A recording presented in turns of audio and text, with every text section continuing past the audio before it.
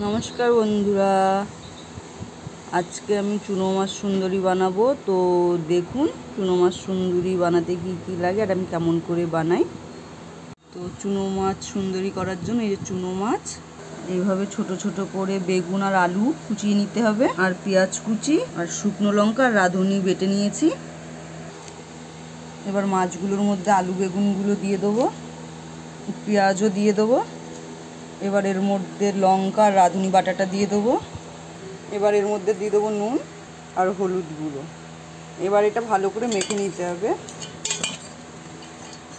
এরকম করে মেখে নিতে হবে আগে। এবার কড়াইয়ে তেল দিয়ে দেবো, তেলের মধ্যে কালো জিরে ফোড়ন দেবো। এবার এগুলো সব ঢেলে দেবো তেলে। হালকা হাতে নাড়াতে হবে, এটা একটু পরে পরে হালকাভাবে নাড়িয়ে দিতে হবে যাতে মাছগুলো না ভেঙে যায়। এইভাবে দেখবেন, একটু পরে পরেই নাড়িয়ে দিতে হবে, যেহেতু মাছগুলো ভাজা হয়নি তো একটু ভালো করে ভেজে নিতে হবে।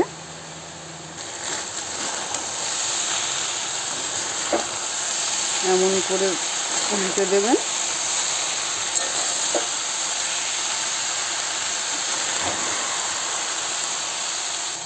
এরকম হালকা হাতে উল্টে পাল্টে দিতে হবে।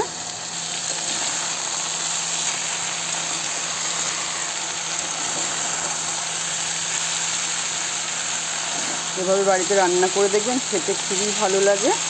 এখন তো চুনো মাছ পাওয়াই যায় না। তো এটা ভাজা হয়ে গেছে। এবার এর মধ্যে জল দিয়ে দেবো, বেশি জল দেবে না, পরিমাণ মতো অল্প একটু জল দেবেন। জলটা দিয়েও কিন্তু হালকা হাতেই নাড়াবেন, নাহলে মাছগুলো কিন্তু ভেঙে যাবে, আস্ত থাকবে না। তো এই দেখুন জল দিয়ে দিয়েছি, এখন আর বেশি টাইম লাগবে না, 5-7 মিনিট থাকলেই হয়ে যাবে। আলু আর বেগুনটা একটু সেদ্ধ বাকি আছে, 5-7 মিনিট থাকলেই হয়ে যাবে, সেদ্ধটাও হয়ে যাবে আর চুনো মাছ সুন্দরীটাও রান্না হয়ে যাবে। তো দেখুন ফুটছে, মাছগুলো কিন্তু ভাঙেনি, মাছগুলো আস্তে আস্তেই আছে, দেখেছেন একটা মাছও কিন্তু ভাঙেনি। তো এই দেখুন বন্ধুরা, চুনো মাছ সুন্দরীটা হয়ে গেছে। তো আমার ভিডিওটা ভালো লাগলে লাইক, কমেন্ট, শেয়ার আর সাবস্ক্রাইব করে দিবেন। ধন্যবাদ।